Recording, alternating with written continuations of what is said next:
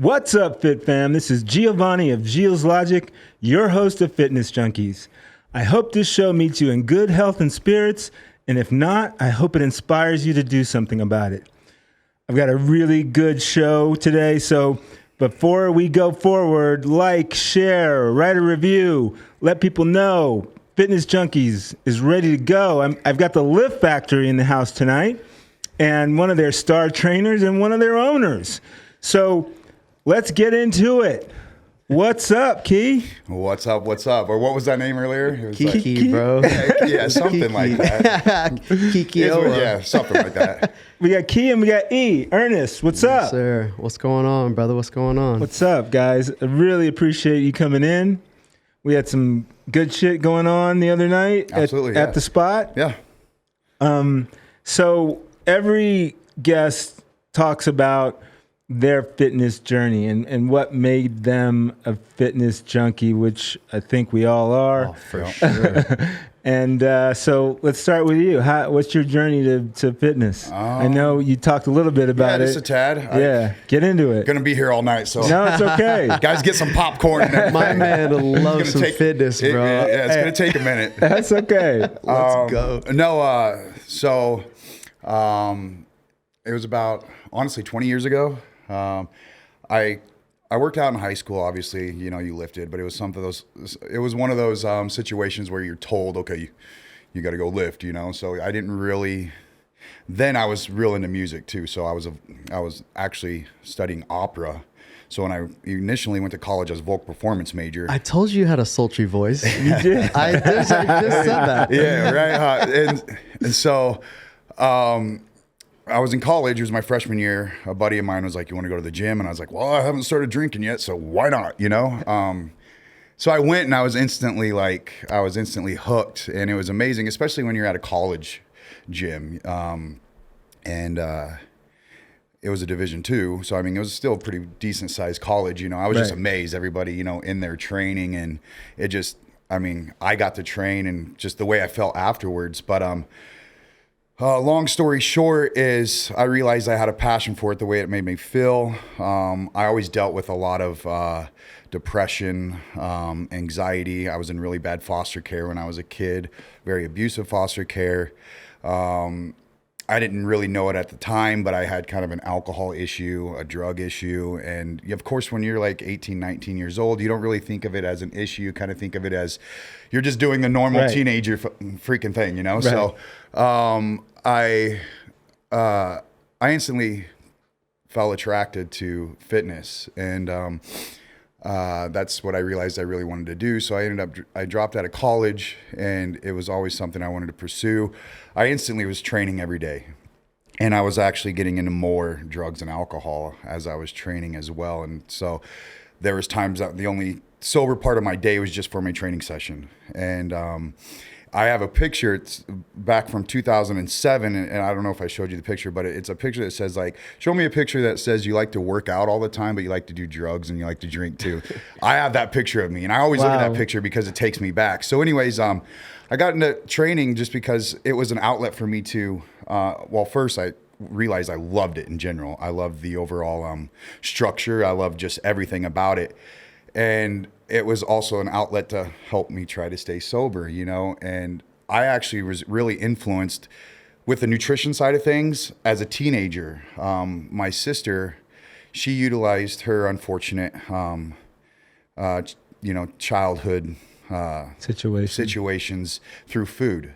And so when I was like 12, 13, I seen my sister go from a petite blonde girl, all the way to a bigger younger lady, and I was like, I don't, obviously I was connecting the dots. That's what food's doing. Right. So in high school, when I was younger, that's when I started getting into nutrition before I started actually lifting. I didn't really study macro or micronutrients, but I kind of really looked at the alternatives to eating healthier food. And so throughout high school, that's what I primarily focused on. Yes, I was drinking every day. I was doing drugs every day, but at the same point when I was eating right. But going back to when I was in my 20s, I trained a lot, did a lot of drugs, did a lot of drinking. I actually got into competing later on because I was like, I need another outlet. I train a lot, but I need another outlet to keep me sober because it wasn't clicking. And I started competing because I thought you can't drink and try to, compete at the same time. Right. My first show or whatnot, though, I did pop some pills here and there because I figured, it is what it is. It's not drinking. It's not going to affect me. So I got into competing because it was another outlet to keep me sober. Just a lot of things in and out for the past 20 years. It was just always passion of mine to train. I talked to my best friend occasionally, and we were roommates in my early 20s, and it would be like 3-4 o'clock in the morning. He'd like come out like to the living room where a computer was. I'd be blasting music to turn the music down. But what I'm getting to is like, I would be blasting music because I would be studying about like nutrition, and I would literally be snorting lines of Coke or drinking out of a McCormick's bottle, right? Like while I'm doing this, very oxymoronic. That's how fascinated I was, right? Right. But I had such an addictive personality, like I had to have that head change, which was really stupid. But so I had some rendezvous with going to treatment and whatnot. I overdosed a few times. I've woken up a few times in the hospital bed, strapped to a bed, and waking up my own piss. And like, I know that sounds crazy, but and it is crazy, to think about those instances. It is crazy. And God gave me and allowed me to continue to get better. But my problem was I always ran back, and I never made amends with the situations that I put myself through or I went through. And so every time a bad situation would occur, all these other things would come out of the woodwind. And luckily, I finally figured out of so many trial and errors how to take care of those situations. But going back to why I fell in love with it is because this is my higher power. This is what's saving my life. This is what saved my life. This is what continues to save my life. And now, like throughout the years, to be able to do this and offer this kind of help to people is amazing. Not only do I get to, not a lot of people like. If you know anything about addictions, they have a higher power, something that, they look up to help them keep them sober. This is my higher power, but it's not only that, it's my passion. So I get to surround myself every day, 24/7 around what keeps me alive, what my passion is. And it's freaking amazing. And I've worked every job in the fitness industry. I've managed corporate gym entities to doing janitorial work to even working GNC and managing supplement stores or whatever. I've done every job. Wow. And there was times that I was still training people. And when you're out in the Midwest too, there might be times that you only get to train like 1 or 2 clients at a time, because it's not what it is like out here or in bigger cities. Like people don't look at the fitness industry, or they don't look at trainers or they don't look like what they do here at all, So work in the Midwest when it comes to like the fitness industry is very minimal. So it's either you're working for a corporate gym entity or you're struggling to make it as an independent trainer. So that's kind of my story. I mean, obviously there's more to it, but at the end of the day, why am I so passionate about this is because honestly, it's what's saving my life. And I get to share this with people, and there's so much, like no matter how much knowledge we'll get out of it, there's always going to be more to learn. Oh yeah. And that's another thing. It's also keeping me, I mean, as much as I talk about my age and I'm getting that old man dementia, but it keeps me like my mind just like always like sparked up because there's so much to learn, whether that's with fitness or nutrition. And honestly, out of the two, I love training, but man, the science and everything to know what like food, nutrients in general can do to the body. It's just incredible, man. It's medicine. It's just, that is my passion. And then you put like your training regimens on top of that, and like you can create something so like beautiful, and it's just a work of art. And it doesn't have to be the outer, the physicality part of like your body, but just internally too. It's beautiful inside and out. What nutrition will do, what fitness will do. So it's incredible. I mean, that story is great because tomorrow already. That's why I love this dude. It's the title of the show is Fitness Junkeez, and it essentially is our drug. Our drug of choice. We all have our story, how we got here and why we're staying here, and why we, for most of us, it's like brushing our teeth. Yep. Oh, absolutely. We brush our teeth and we work out. Everything else comes after that. So we'll get into your story a little bit more in a second. But Ernest, I want to hear your story And I know you have a journey to where you are now as well. Yeah, for sure. I don't think mine's going to be quite as long. Yeah. But if it is, we'll see. Okay. But no, so I was, I guess my story starts when I was a kid. My mom was pretty strict on us, and she insisted that we played sports growing up or we couldn't live under a roof. And I think she was dead serious. So I always played football or baseball. Where was this? This is in Vegas. I was born and raised in Las Vegas. Oh, cool. Yeah, local native boy. Good. But so yeah, I always played sports growing up. Then when I got to high school, I played football, played a little baseball, I ran track. But I also started weight training in high school as well for football, and that's kind of like what got me started with lifting. And then as I graduated high school, started working out at the local commercial gym here in Vegas, and just kept going. I never really took a real break. I mean, I was more on and off sometimes, but I've been lifting pretty much since high school, since I was 14, 15. Wow. Yeah. And so eventually my two best friends, they went off to college. I stayed here. I stayed in the Fire Explorer program, became a firefighter, which is, another aspect of my story. And when they came back, I was kind of, bugging a friend of mine, my buddy Nick, who's the other owner of the gym. It's like, yo, we need to open up our own gym. And I was just really messing around. Right. And one day he goes, yo, let's do it.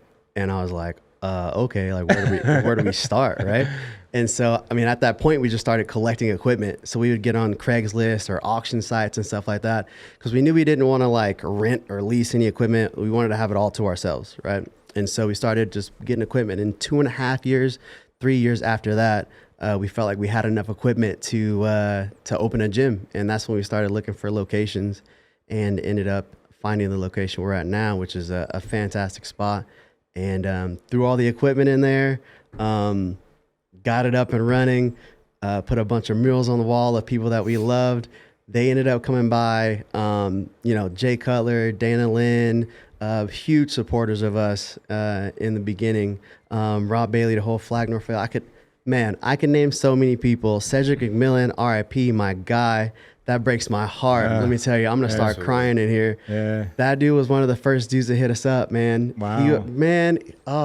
I didn't know I was going to, but yeah, he's such a good dude, and that's a tough loss there. But there's a lot of people that helped us get the Lift Factory off the ground, and it's become what it is today, thanks to people like Kekoa and all the people that come through and support us when they're in town for the Olympia or visiting Las Vegas. I never thought we'd be like a place to go when you're in Las Vegas. Like, that's nuts to me. Right. It's very iconic. Dude, that is nuts to me. That I told somebody, I was like, I told a good friend of mine, he's a business owner. I was like, man, if the gym pays for itself, we'll be good. Like, I just wanted a place to train. I wanted a place that I knew other people would want to train at too. And so that was like the whole thing. I was like, if the gym pays for itself, cool, we'll be fine.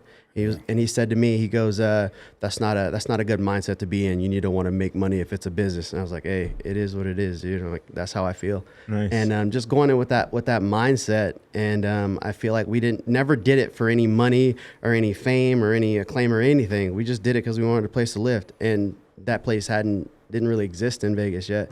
And so we brought it here, and it became something big. So yeah, and that's a lot of like why I train people. It's definitely not about the money. It's because I have the opportunity to help people. Yeah, dude, the same kind of concept, And I tell people that all the time. It's like, well, at the end of the day, you should be worried about making that money. I'm like, honestly, if I can like have a roof over my head and the food that I need to eat, like that's all that matters to me, bro. At the end of the day, if I'm capable of helping as many people as I can, like, that's where it's at. And that, for sure, that clicked to home, what you just said for me, man. Yeah, like, absolutely. It's the passion, bro. Absolutely. It's the passion. If you follow that passion, the money will come. Like, forget the money. Like, if you're doing it for the money, you're doing it for the wrong reasons. Absolutely. If you ask me, do it because you're passionate about it. And people will see that and people will feel that.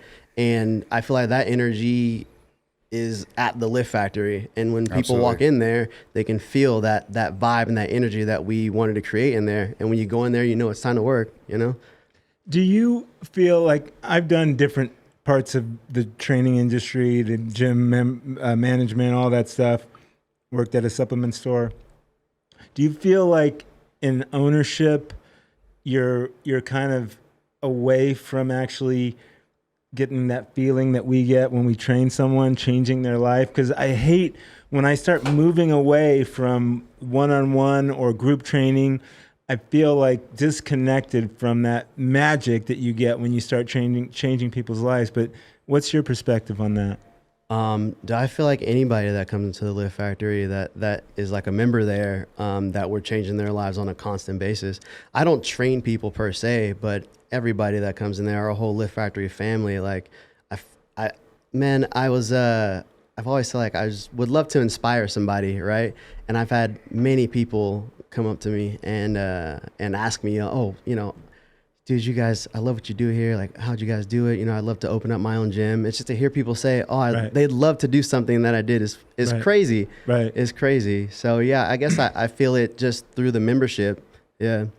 So you kind of, I don't think you did, but maybe you did, but you have a gym that's, on the outside says hardcore. Yeah.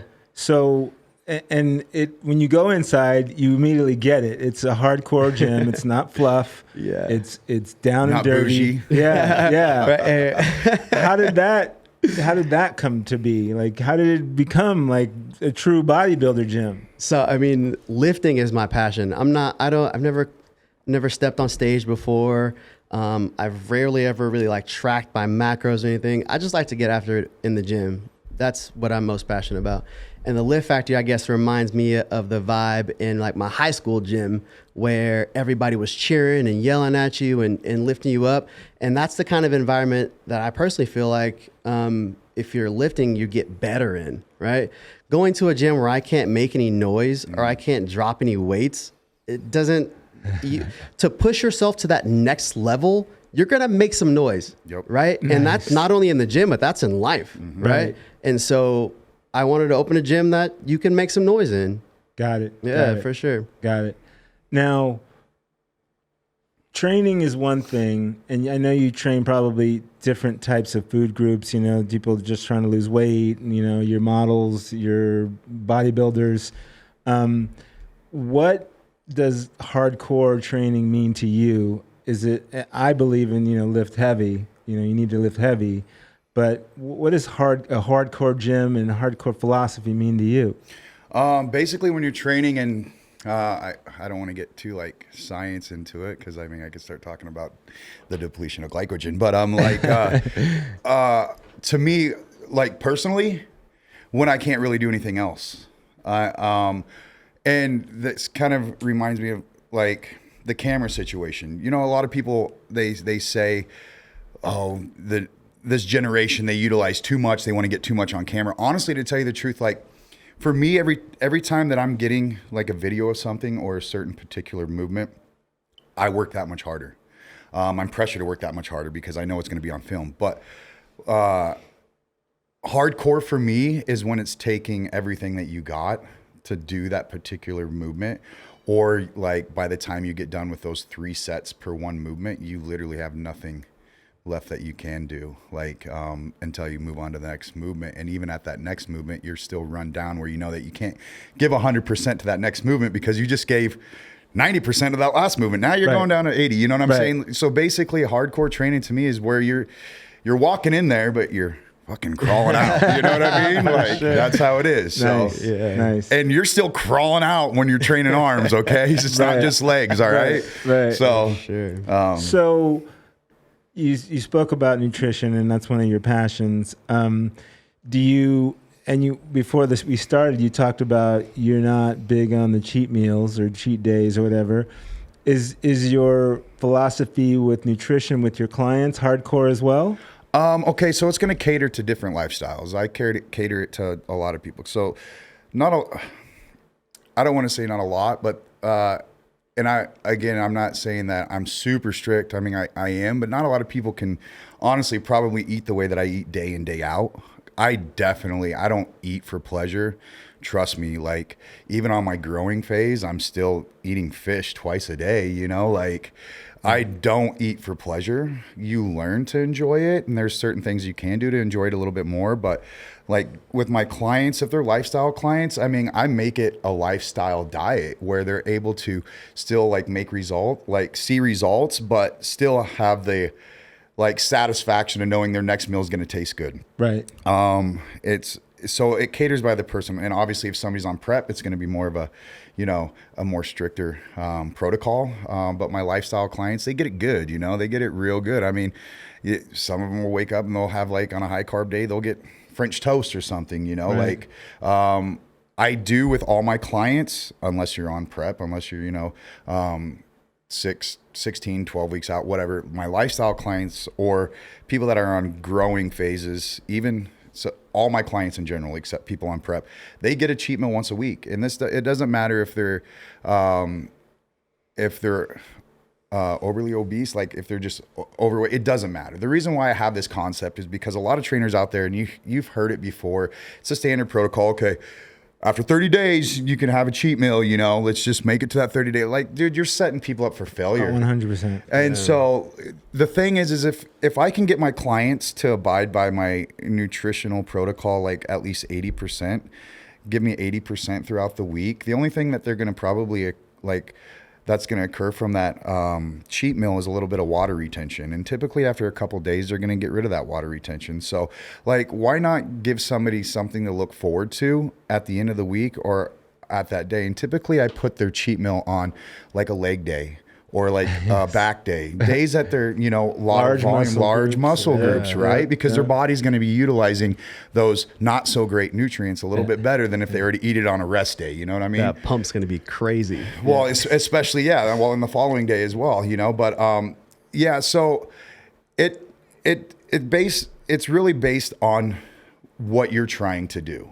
And I got clients that have diabetes. I have clients that are vegans. I have clients that are pescatarians. I have clients, I have a wide variety of clients. And so that's another great thing is like, I'm just not catering to one certain individual. I'm not just catering to one certain style of client. I'm catering to a lot. And so for me, that's amazing because that's more work for me. And that's just more learning for me, Right. So, like recently I've gotten to do a couple new diets that I was unfamiliar with. And it's just amazing because you get to go back to that kind of research lifestyle and kind of figure out, okay, how am I going to approach this or how am I going to write this one out, Yeah. So it's, I wouldn't say a lot of people take it as strict as I do. It's just something, again, I just eat for purpose. And it's something I'm always going to do, probably even when I'm 60, 70 years old. Obviously, it's not going to be bodybuilding catered. It's going to be more of a longevity and more of a healthier lifestyle. I'm not saying bodybuilding is not healthy by any means when it comes to nutrition. We definitely, eat good, but it could be a little bit better, because we're focused on a few things more so than others, Yep. So you talk a little bit about what environment you created at the Lift Factory, and culture is king. And when we were in there the other night, I saw a bunch of young kids and maybe a couple of trainers hanging out, and one client had a dog with her, and it was like, oh, this is really like a culture, a little family. Like, how did you create that, or did it create itself, or is it you, or? I would say it kind of created itself with that environment, with that vibe that we created in the gym. It attracts a certain kind of lifter, and those kind of people kind of attach to one another, or it just becomes a family. When you're surrounded by like-minded people wherever you are, it's like you're surrounded by family. And that's just the environment that creates. It's kind of cyclical like that, create it and they will come, and the people that are there will become family, Yeah. And it's so important in this day and age that, loneliness is one of the, like they say, is now like smoking a pack of cigarettes a day. It's really hard, and community is so important, but we're all so separated, even though we have our phones to connect each other, supposedly. It's not real connection. But right, No, it's not. but there's definitely a family vibe when I went there, and it was like even the people that were training, and there were people hanging out in the lounge area. It's like I knew like it was everyone was cool, no judgment, no.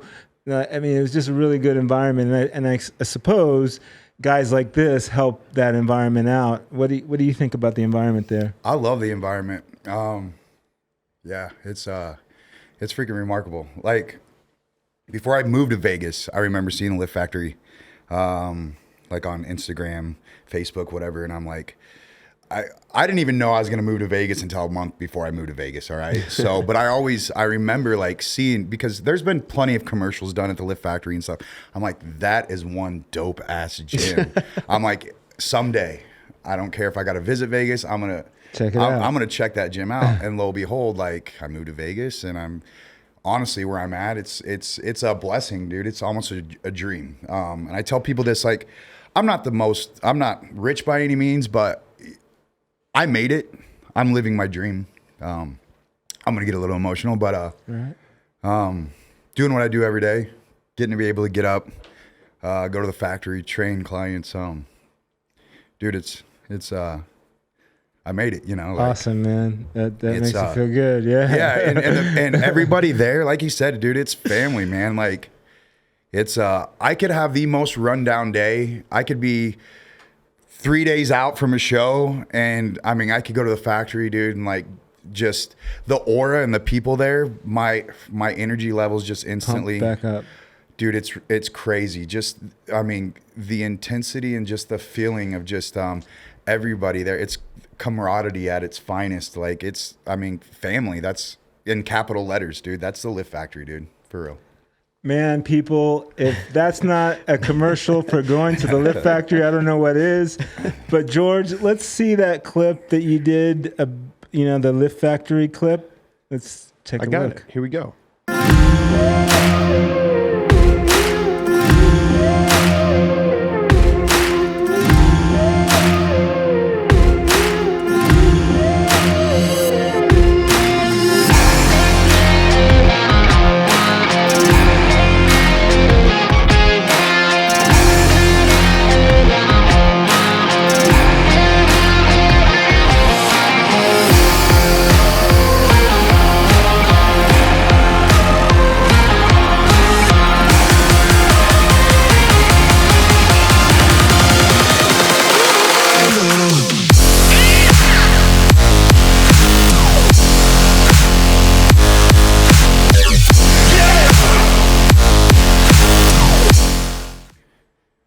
What a solid edit. Yeah, dude, that was sick. That was sick. That was sick. Thank you. And you put the rock music on there. Dude, that was 'cause not that's, really- you guys are Yeah. rocking in over there. So yeah, I love the vibe there. It was really cool. And it's kind of thing that, people, need to know about, like that there's that option there in the city, especially with all these gyms that are popping up now that like the Fit Club and all those other gyms that are, kind of trying to give the hardcore feeling, but a little bit more glossy, a little bit more pretty. A little more bougie. Ain't no marble countertops at the Lift Factory. I'm sorry. No, If you want chandeliers, don't come to me. yeah. That's not what we're about. No. Yeah. So let's get back into your story.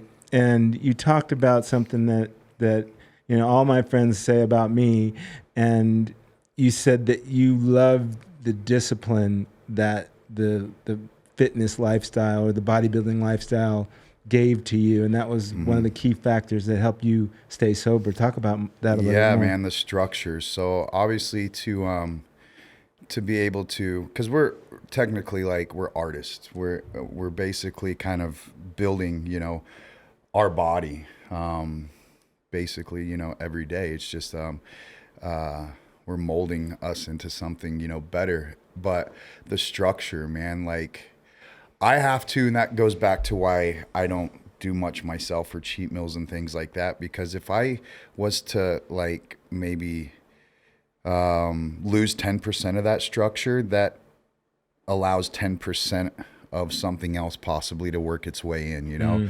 So for me, it's, does it get exhausting sometimes? It does. I mean, cause I'm calculating and I'm always tracking my food every day, and I cook my food fresh every day, every morning. I'm up at 5:30 to do that, so I can allow myself to cook 6 meals, you know, for the day. But I have to have that structure, and I have to abide by that, and I have to live by that every day. Cause if I was to stop living by that structure, knowing who I am, something negative probably would take place of that. Creep in And take over that structure and say, this is your structure now, you know, but no, it's not. We got you. Yeah, no. And I can't allow myself to go back to that. And so, yeah, the structure, it is, and it's addicting in itself, honestly, because like I get to see myself like when you get to the point of you're so like, just in depth with just your training and what you're doing for yourself, and you really do start like, I almost see my body change differently or looks different day by day, and it's incredible. And it's just, I have control of what I want to look like in 4 months. That's freaking amazing, you know what I'm saying? Right. Like I have control of what I want to look like in 4 months. Like, I literally. love that concept, man. I've never heard it put that way. But I have, sure. that's my control. So whatever I want to look like in 6 months, I can work my ass off to try to look like that the best way possible. You know? And you also said it earlier, but you can change your life and body in 6 months, and it doesn't have to be crazy, like, you know, Nazi, no food. No, I mean, you can have the 80-20. Absolutely. Oh, there is room. You know, I might not do it myself, right. But again, my mindset's a little bit crazier than most. Right.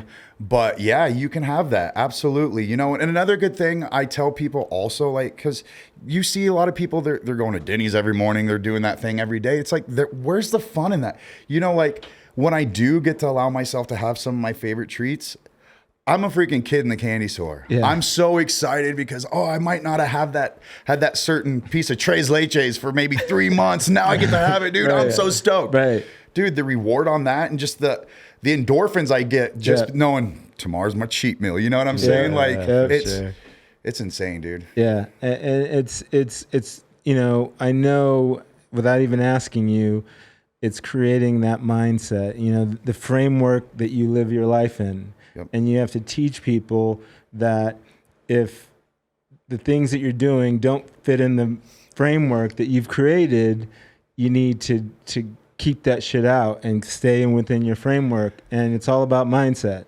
And everybody's different too. So this is another cool thing about everybody being different. Of course, taking me, an alcoholic and an addict, and trying to develop that structure. So everybody's going to have it a little bit differently. Some people's going to be able to go right out of the gate running. Some people, they need to slow it down a little bit and just gradually, you know, get to where they need to be. And again, we all know it's a marathon, right? Yes. Going back to the cheat meal side of things though, one other reason why I do implement that cheat meal once a week is because they're going to get about 8 weeks down the line and they're going to have that cheat meal and they're going to start saying, I don't even know if that cheat meal is worth it anymore because I feel like garbage. Yeah, you know what I mean? Sure. And believe it or not, I have clients that even tell me, I'm like, so what'd you have for a cheat meal this week? I'll be honest, I didn't have one. Yeah. That right there in itself is like, that's the ticket. That's what you're, you know, hoping that they get to, you know? And when they start telling you that, it's like, yeah, those are some of the small, but to me, big rewards, you know? Yeah. Yeah. The little miracles. Yep. So to own a gym, to be a firefighter, you have to have discipline. I don't think you're strict is key as all. No. But talk about, you said that there's a story about your firefighter world, and how did that kind of mix in with the gym and exercise? So I guess me being a firefighter would be just that still having that fitness aspect even in my day job, right? Because I still have to stay in shape. I still have to, be strong enough to perform the tasks that a firefighter must perform. And having that in my life, and then even my hobby being lifting weights and being in the gym, it's just, I'm just getting it from everywhere, that fitness lifestyle and that fitness, aspect. And so I guess that would be the biggest way. Plus, I'm fortunate enough to have a pretty good schedule that allows me enough time off to build and create, a gym and to maintain one, so that's kind of how it all ties in. Because you guys, work 4 days a week or? So my schedule is 2 days on, 4 days off. We go 48-96. Damn. Yeah. 2 days on, 4 days off. It's to defend myself. Okay. It's a 56-hour work week. So as opposed to a 40, we work 56 hours a week.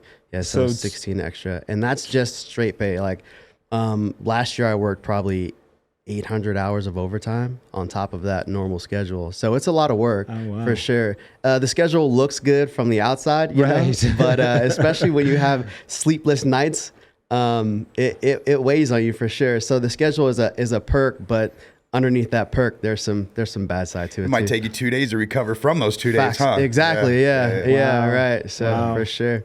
And how do you influence your other firefighters? Are they also motivated to train, and do you guys work out at the station as well? Absolutely. Every one of our fire stations has a pretty decent gym in it. Actually, our other owner, Nick, he's in charge of outfitting our gym. So, and that's a really cool little piece. And the whole in the whole department. Oh wow! Yeah, cool. for sure. So he gets our equipment and stuff like that. So, but yeah, every station has a gym, and we have mandatory workouts that we must do every day. Oh wow! Yeah. As far as motivating the others, I actually just got certified as a peer fitness trainer for Las Vegas Fire. So I get to help and go around the stations and help the guys out as far as lifting and exercise goes. Oh wow, yeah, that's cool. It's very rewarding to be able to. I was at a station the other day and the guys were working out and they were squatting, and some of the form was not that great. So I was like, hey, you mind if I give you guys little pointers? And they accepted it, and I got to teach them a little bit. And it's same as helping people on the job as a firefighter. Getting to help my fellow coworkers was very rewarding. Right. Yeah, for sure. Wow. I mean, God, I wish more businesses took that kind of, focus on health and fitness, because if they really thought it through, it would save a lot of money. So much money on injuries. So much money. Healthcare costs. Well, I have a few clients, actually, online clients here in Vegas that are firefighters. Oh yeah. Yeah, for wow. sure. Well, and a couple of them go to the factory and whatnot, but they they do online training with me, and for the most part, everybody in the fire department, it seems like here in Vegas they're very. I would definitely say the majority for sure. Majority, yeah, absolutely. Yeah. Do you think that's real big just in training? Vegas, or I think it's all over, honestly, because I got friends back in the Midwest that are on firefighters, the fire department, and actually one of my inspirations when I was younger, Dennis, he's a fire captain out in Nebraska, and this dude, I looked up to him when I was 18, 19, just getting started, and he was a big dude, and he was a fire captain, and I'm like, I want to look like that guy when I get older, I think it's everywhere. It's absolutely everywhere. Right. That's cool. I love that. So you spoke about your training. Let's see one of the exercises we did the other night at the Lift Factory. What's up, dude? What's up, man? How are you? Good to meet you. We're here Yep. at the Lift Factory, and we're in the leg room. Yep. And what's this machine? Okay, so this is the Pit Shark. So it's a belt squat machine. It's so versatile though. You can utilize this for so many different movements. Sky's the limit with this piece of equipment. So how we're gonna do this? Most of your belt squat machines are gonna come with a chain similar to this. Using this D-bar attachment right here. Kind of go up a little bit more, so that way you're gonna be able to get more depth. So this is gonna be heel elevated. And what you want to do with your feet, you'll notice that I kind of have it in the 10 and 2 o'clock position. The reason why I do that is because it already is going to activate your glutes, right? As opposed to if they're straight like this. But if you just stand there and point your toes at a 10 and 2 o'clock, you can feel your glutes activate. Come up about 3/4 of the way, an isometric pause. Basically, you're going to contract those glutes for 3 seconds. So it's going to be a 3-second pause. So you're going to come up, squeeze the glutes. 1, 2, 3. That.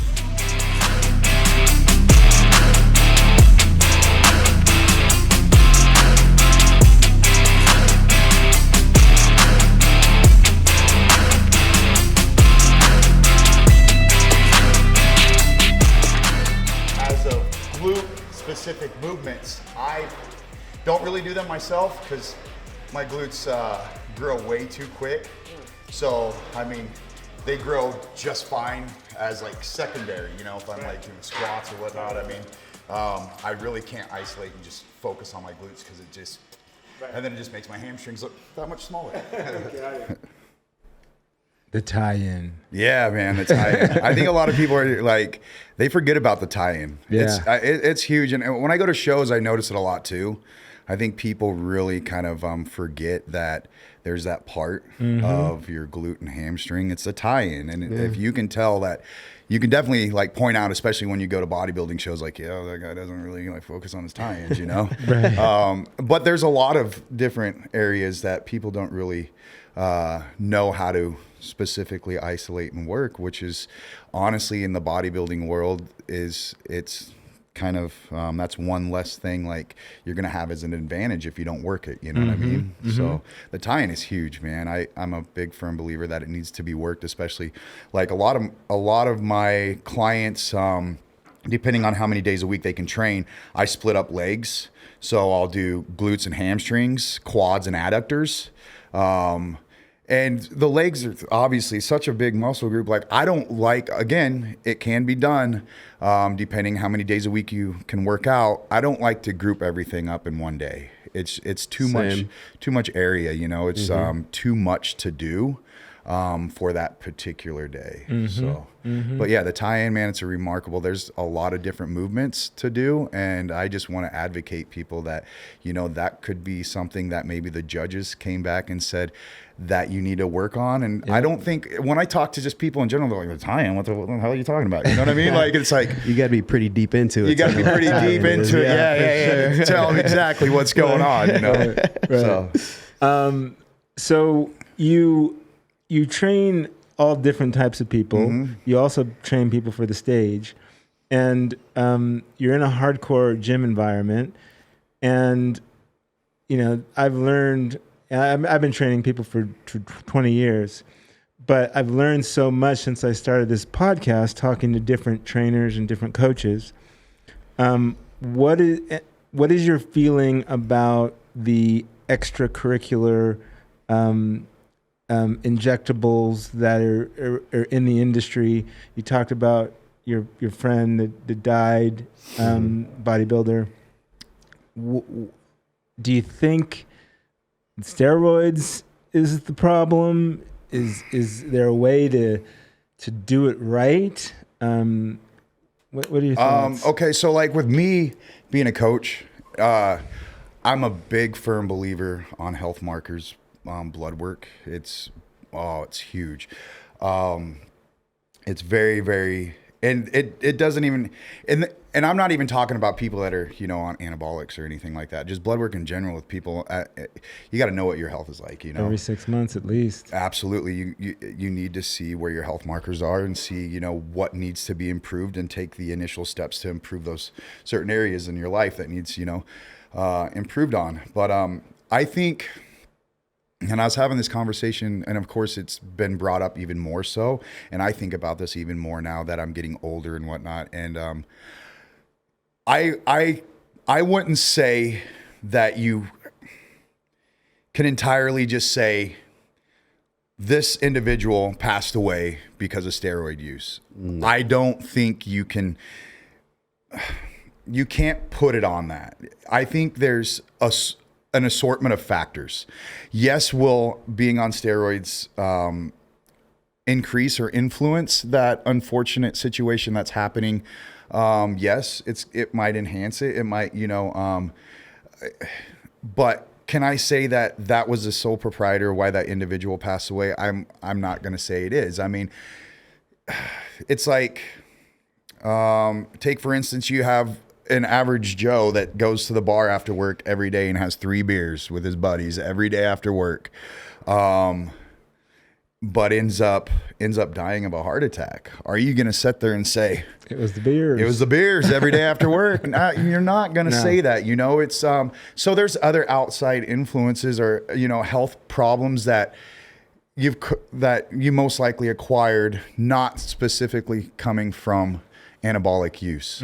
I think it'll influence, obviously it'll enhance it, or it can speed up the process of whatever that situation may be. Again, that's why you go get your blood work done. You make sure that your health markers are where they need to be, because that's going to automatically tell you whether or not to keep on supplementing, right? Or to pull back. But going to your question, is there healthier ways of, I mean, it doesn't take, honestly, a bunch. And this is what's so great about my job too, is I am the one that has to really pay attention to the individual and how their body works. And that comes along when you're doing like supplement protocols, you know what I'm saying? Like, you have to really pay attention to that individual's body, because too much is going to be too much. I mean, it's no matter what, it's just like essential amino acids or branched chain amino acids, right?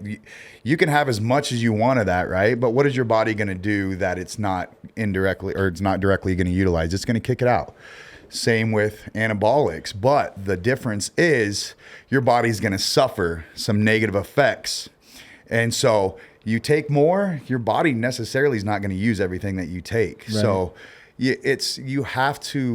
there is a smarter way of doing things. More is not always better. It's never better, especially when it comes to anabolics. And the way that they're making anabolics these days compared to they made them in the 80s and even early 90s, even before then, is so much more enhanced. Yeah. So like literally, I mean, you see people making phenomenal progress just off of TRT dosages of testosterone that they got from their doctor. You know what I mean? Right. So more is definitely never better. Right. And I don't think that you can solely blame anabolic steroids on individuals' deaths. Right.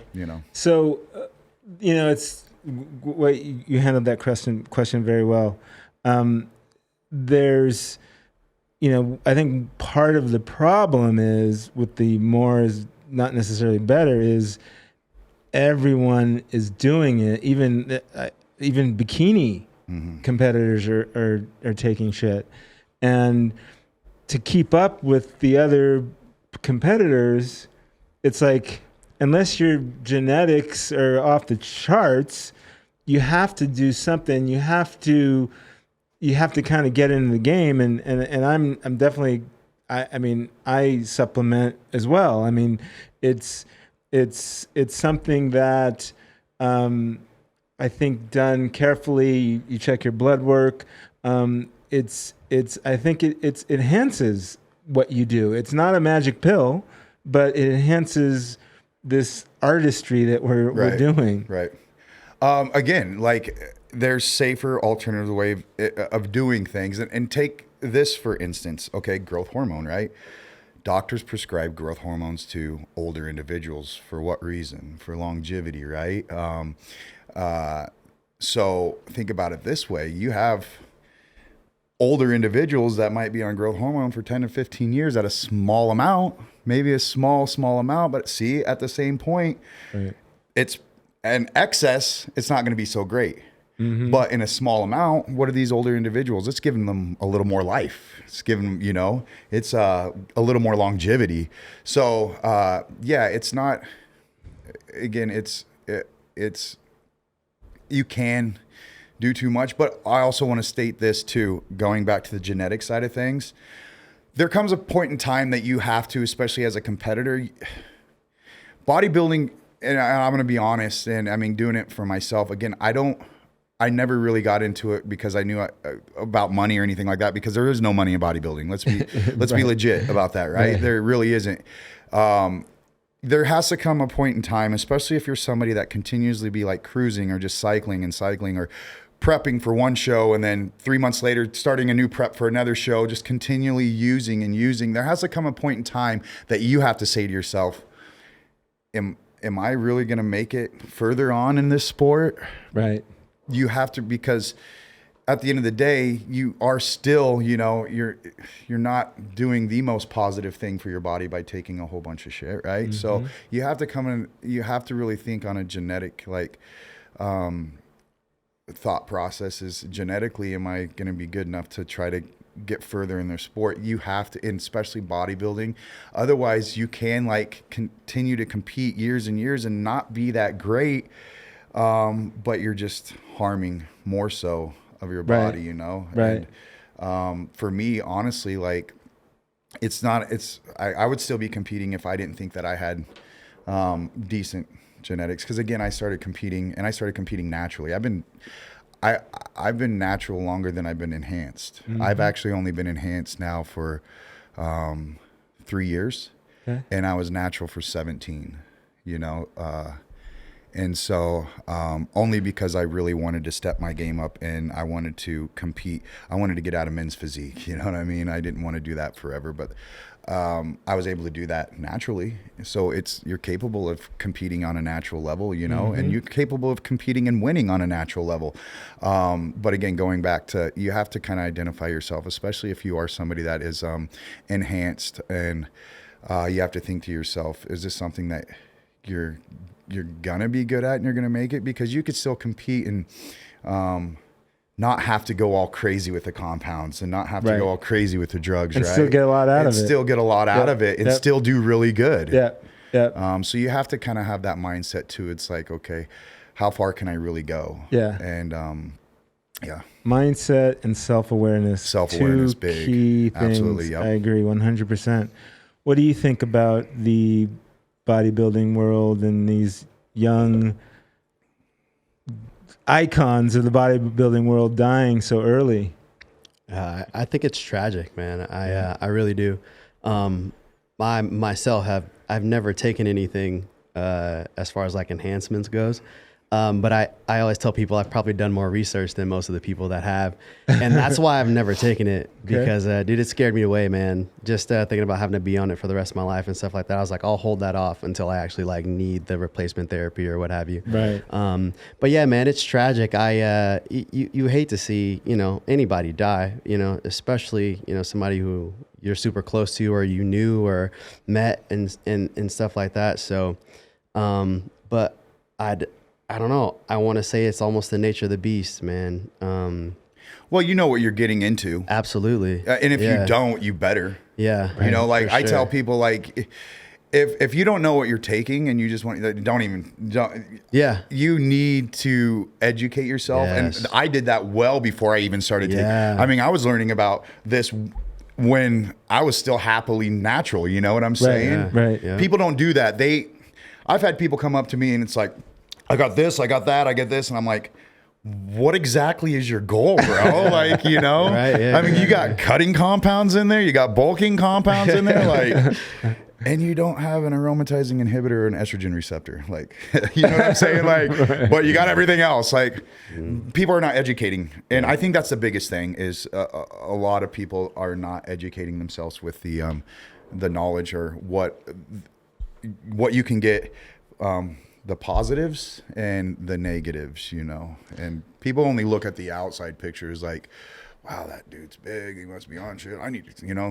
Right. So I just wish we could bring it out of the alley or the back doors and really just, have these conversations openly and not be judged and kind of, instead of this dark underworld of steroids, I mean, there is positive benefits, and if you do it right, absolutely, you're not going to destroy this beautiful system that we've already been gifted, but it can enhance you in a positive way. And it's, I think, because it's so in the dark and underground still after all these years, I think it'd be better to bring it out in the open. And, like if everyone would be honest and go, if you do it this way, you can benefit. There is a longevity angle as well. Like, I mean, you cycle on, cycle off. Like there's ways to do it properly. Well, yeah. It was just like, a lot of your compounds, I mean, some, yes, they've made for other reasonings, but a lot of them, such as like, if you look at like Deca, that was made for muscle deteriorating diseases, for people that, just like what it is. And like you look at growth hormone and whatnot, like they administer a lot of these compounds to muscle deteriorating diseases, like people that have them, or like even HIV patients. So there's positives to a lot of these things. Now there's a lot of negatives also, but theoretically, besides some of the compounds that were made for, like cows or horses, obviously we'll leave those to the side, but the ones that, theoretically were pharmaceutical made for humans, there's positives to that, and so they're not all entirely bad, like, again, it's how you do it, and the amount that you do use, because again, like you got a muscle deteriorating disease, there's a couple steroids that a doctor's going to prescribe and put you on a low amount, so that way it slows down the process, or you're able to at least maybe grow or develop some new lean tissue, right? So it's not entirely bad, but again, people don't educate themselves. And like for me, I love to know where like certain compounds and certain anabolics come from, the nature and why it was invented, or why this specific compound was why they came up with it, it's just like it amazes me, like trenbolone, even like how that was made for cattle. Right. Like, I mean, you get somebody in a slaughterhouse in New York, buy a whole bunch of head of cattle that's coming from Texas. Well, they're buying a certain amount of weight, right? They want that weight to show up in New York, all the same weight that they bought it from, right? So what are they going to do? Your cows are not eating from Texas to New York. That's how trenbolone is made. Wow. So, I did not know that. Well, because what it does is it protects the cattle from losing any type of tissue. Gotcha. And not only that, when it's in a stressed out environment, they quite possibly their body can still be trying to add new tissue to their frame, right? So the knowledge behind that, and just knowing where it came from and knowing what it is utilized for. So yeah, yeah. And again, it's just fascinating. It's very fascinating. It's fascinating, man. dude. For sure. Yeah, I get excited, sure. man. Again, yeah, excited. And again, there's no magic pill. You still got to do the work. Yeah. Oh, yeah, absolutely. You can't expect to take. Well, you go to some of these commercial gyms, and you wouldn't believe, you look at an individual, and lo and behold, you don't know this, but there'll be people that's like on 6 or 7 different compounds. You're like, how is that dude on 6 and looks like that? Because you still have to be pretty structured. There is no magic pill. It's just like the supplements you're going to get at the supplement store or whatnot. You still have to abide by some type of structure. You still have to eat the way that, that's going to help influence that particular supplement to help you out. You know what I mean? It's just, there is no magic pill. I would say the closest magic pill that there is would be your food, your nutrition, honestly. Oh, yeah, that would be the magic pill. The magic pill. That is the magic pill. Absolutely. So for sure. Yeah. Well, let's see some of the other work that we do over at the Lift Factory. All right, so we're here at another machine. Yeah. So this is a standing single stack lateral machine. Probably one of my favorite pieces of equipment that there is. Again, you can do quite a few things obtaining to your shoulders. So what are we going to do here? This one we're going to work on the posterior deltoid head, the rear delt. It's going to be a chest supported rear delt raise. So I'll show you how I'll do that. So I want to isolate. I want to get most of my posterior deltoid head, leaving no room for any secondaries, such as like your medial or your anterior. So I'm gonna basically be like this, utilizing my wrist. I'm not going to grip it at all. Again, I'm focusing on the posterior deltoid head. So you can go ahead and fist just like this, or you can leave that open, however you choose, chest supported, and you're just gonna raise it up like this.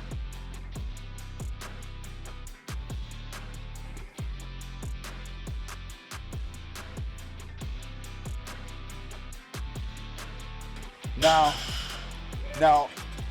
range of motion is big on this. So obviously if you're gonna come up more, your secondary on that's gonna be your traps. You're gonna hit a lot of traps along with your posterior. So a little less range of motion. You're gonna focus primarily on the posterior deltoid head. Again, the higher you go, the more you're gonna get also with your traps, but a little less range of motion, you're gonna focus more on the posterior deltoid. You can do a lot of volume, you can do high rep, or you can go super heavy as well. If you go super heavy, doing an exhaust set. So what I mean by that, so you go super heavy, and then you're gonna do what I call like pulse reps, and you're gonna force a lot of blood into that posterior part of your deltoid. And those traps. Yeah, dude, I don't work those either, man. Yeah, so I try to definitely not stimulate those, or I don't focus on them, or I definitely try not to even like get secondary. Right. Yeah, they grow just about as fast as my glutes do. So, Looks good, man. Looks something I good. don't really have to focus on. And we had another exercise. We'll have to get back to the Lift Factory and do that maybe with one of your clients. Absolutely. But yeah, I mean, one of the benefits that I get out of the show is I get to, talk to other trainers, other coaches, and I learn so much. And I've never actually had a coach. So it's kind of like I'm getting coaching for my workouts, and then I can kind of maybe turn that on to my clients. And it's like, I wish another thing is like more of that, like, like share the love, share the techniques, share the things that work for you that could help other people change their body. Everybody can eat, bro. Yeah. 100%. Everybody can eat. Yeah. And yeah, I mean, those the tie-in workout that you did, it's like, and, coaches are so good at this. And, we talk about, that isometric contraction is so important, and sometimes I forget about it, my own workouts, and I see those things that I go, I gotta bring that back. Yeah, it's see, I'm the same way. I've never had a coach either, and I don't want to say I pride myself on that. Like I do, kind of knowing what I've done for myself. It excites me. I've had mentors and whatnot, but I've never had somebody. I've learned everything from myself. I remember doing my first show. I've never been to a show in my life. I walked in there and I won it, and it was an NPC show, and I was natural, and I was going up against enhanced individuals, and I won it. And I'll save that story for a later day, but because again, I went into this show never been to a bodybuilding show in my life, and so I take a lot of pride in that. But yes, I do a lot of, podcast watching. I dig a lot, and I do a lot of textbook. I get into a lot of textbook reading and stuff like that, because it's continuous education. Yeah. And even when you like re-educate, or you retest out for certifications and stuff, it's still not you're getting the basics, right? Yeah. You're the bar none. You as an individual, if you want to like become better, or you want to like develop more, better way of doing things, you have to actually do the work yourself, and you have to dig, and you have to search, and you have to, there's a lot of good content out there too. And it's not so much just the people that have a wider range of followers, or a big YouTube platform. I found some incredible content with people that might only have, like 30 subscribers or something. Like some of your most passionate, most knowledgeable people come from the ones that are forcing them to not focus so much on the followers or the subscribers. They might have a channel, but they're more focused on developing like that good educational like program for particular like movements, or just like particular like nutrition, like meals or protocols or whatnot. So yeah, you always have to, you got to keep on learning. Yeah. Always keep on searching for the next thing. Yeah. And that's another thing. I like to look at machines too and be like, what can I use that machine for what it's not supposed to be used for? Right. Dude, that delt movement, that rear delt, I do that exact same thing, bro. Dude, I do that exact same, dude, solid. on my wrist, the same. That's what's up, bro, see? the same way, dude. Great minds think Bro, alike I saw that and I was like, yo, and I'll bend over it and I'll reach around and touch my rear delt with my other, dude, the activation is crazy. See? And I'm the gonna start doing it activation is too. crazy. And that's what I love. And that's another thing is people's like, man, I hit a plateau. I'm just doing the same thing. Like you could take one movement and you can change a couple variables and make it 4 different movements, Completely man. different. Yeah, completely Yeah, different. for It's just like sure. going back to the different machines. Like I can take, for instance, the plate loadable chest press machine there at the factory. I've turned that into a full body machine, dude. No, Like literally, like easy. I can even work hamstrings on that machine. Like I can even like literally I can work legs on them, and it's a plate loadable chest press machine. Right. Like sky's the cool. limit, dude. Like you look at Nice. something, it's like, what am I gonna do today? What new movement am I gonna create today? You know, Nice. Big old playground, bro. that's what it is, dude. It's an adult playground Yeah, for sure. Yep. So we were talking about a little bit of the evolution of the gym, and he was saying that you did some enhancements of the gym while we were in COVID lockdown. Yeah. I saw the spinning studio. Sweatshop. The sweatshop. Yeah. Yeah. And so where are you going with this? Are you going to keep taking sections of the... Oh, that's the plan, man. Okay. So when we first started, obviously we didn't have the leg room. The leg room wasn't there. That was another business. And when we very first started, me being more of like the bodybuilder physique kind of mindset, we had a bunch of bodybuilding machines. And then a bunch of power lifters started to come in and train there because it works well for them too. Right. And so next thing you know, we're getting like deadlift bars and calibrated plates and deadlift platforms and squat racks and catering to the powerlifters too. So it kind of changed as that goes as well. And then the business next door to us ended up leaving, which left that vacant. And we told our landlord, we're like, we'll take that. That's cool.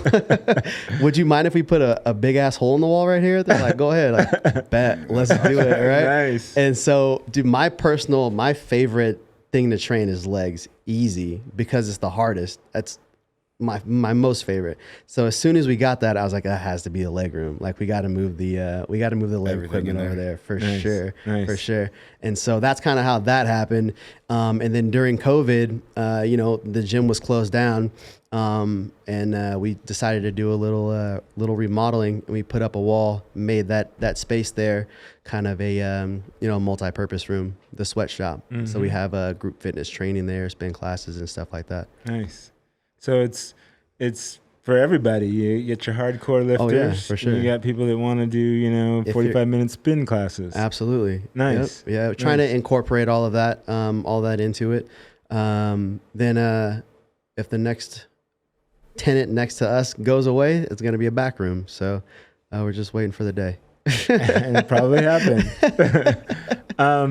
So what's the evolution of your program and your brand? Where are you headed? What are you doing? To keep on progressing. Like obviously this is, to me, this is my purpose. This is my calling. This is what I'm supposed to be doing. So, I want to just grow as a business. I want to, and I don't want to limit myself just to, certain individuals like contest prep. I want to be able to cater to everybody, because at the end of the day, like everybody has different goals. And as long as I'm helping them succeed with their goals, like to me, I'll be winning, So it's just continues to be like, I don't have a day off. I have 2 days allocated for like my online clients and updates and things like that. But I mean, I say I don't have a day off, but I have every day off, if that makes sense, because I'm doing what I absolutely love. But it's just to continuously like get better and better. And I really don't, like I said before earlier,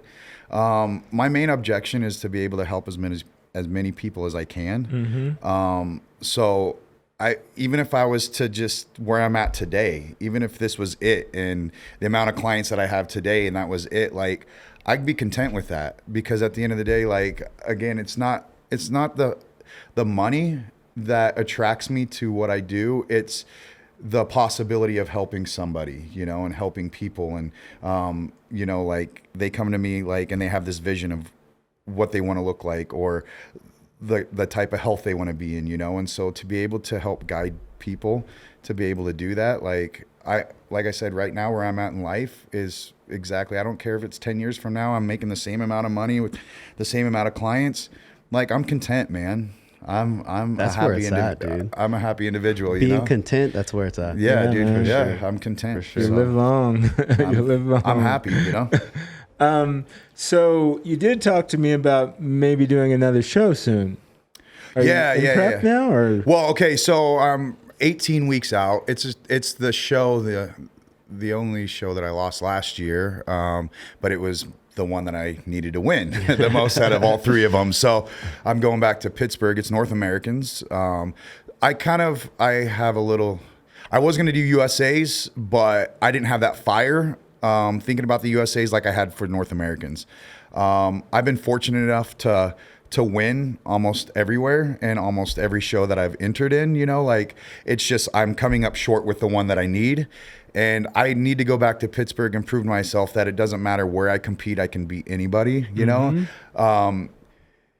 It's When you say need, is that to get to? Okay, so to get my pro card. Okay. And you know, so many people have their thought of like they want their pro card for this reason, that reason, this reason, that reason. For me, it's just a goal. Okay. It's a big goal, and it's nothing more so than, because I'm a very competitive individual. I want that goal. It's something that I've been working hard for.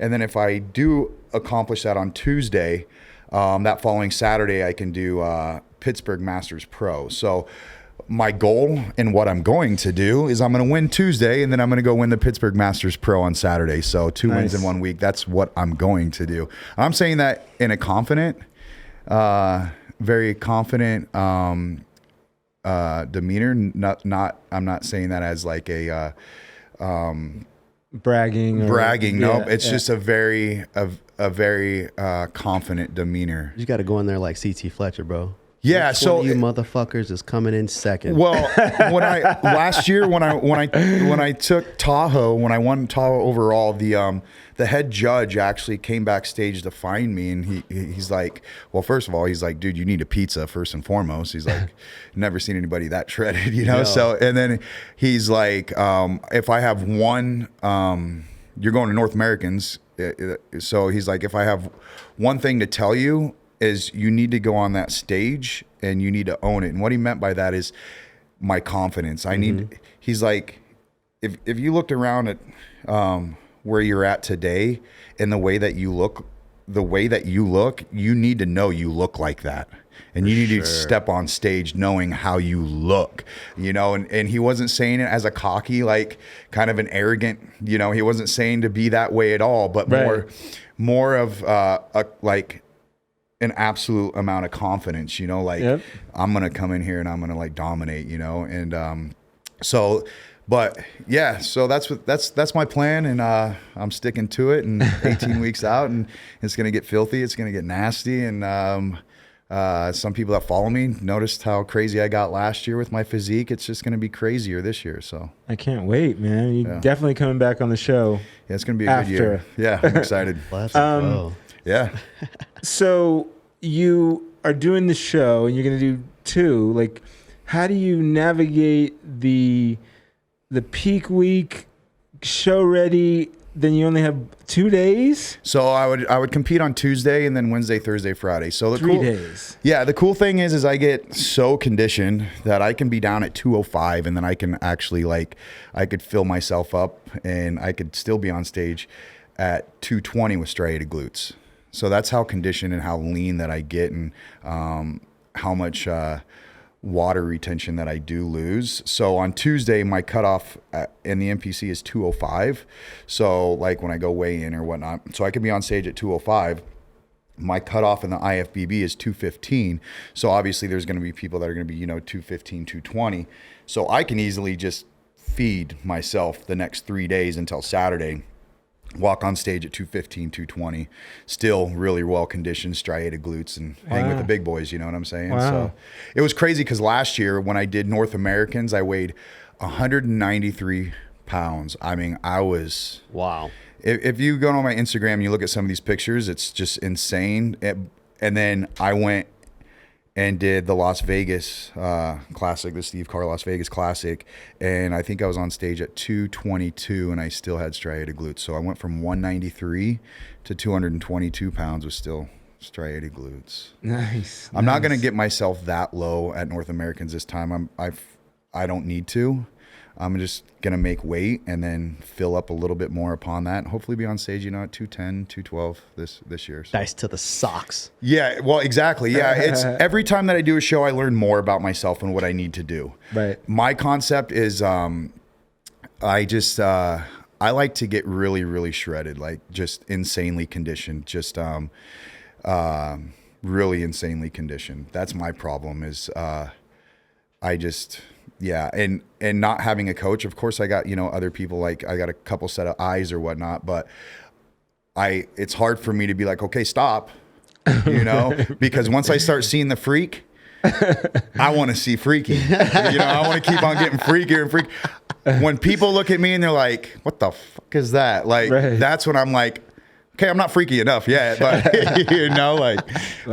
that's my problem is I want to get too insanely, and on the health stance of things too, I've noticed in the past couple of years, it's definitely not the healthiest thing to do to get as depleted as I get. So this year I'm definitely taking it a little bit differently. I'm still going to be freaky, if not freakier. It's just, I'm going to not get as, insanely depleted, Yeah.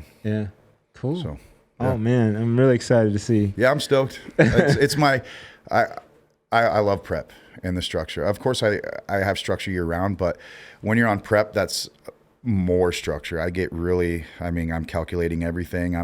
I'm just, it's notes everywhere. It's like, I think, what was it? Good Will Hunting? Was that with Matt Damon? Matt Damon. Yep. Yeah. So, for because sure. wasn't he a math teacher or whatever? With Math genius. Math genius. Yeah. That's, I know it sounds crazy, but that's kind of how I am with my prep. Yeah. It's tons of numbers, and I'm constantly like, it's like Science. it's insane. It's like I'm an ADD, like just nonstop. I'm like, did I track this today? Did I get this number down? Like, okay, and I'm like literally like calculating the amount of glycogen that my body can store and whatnot. It's just freaking weird. man. Next level. Love it. That's Love what it takes, though, man. That's what it takes. Yeah. Well, guys, that was a great show. Absolutely. Hey, Yep. people, if you like this content, share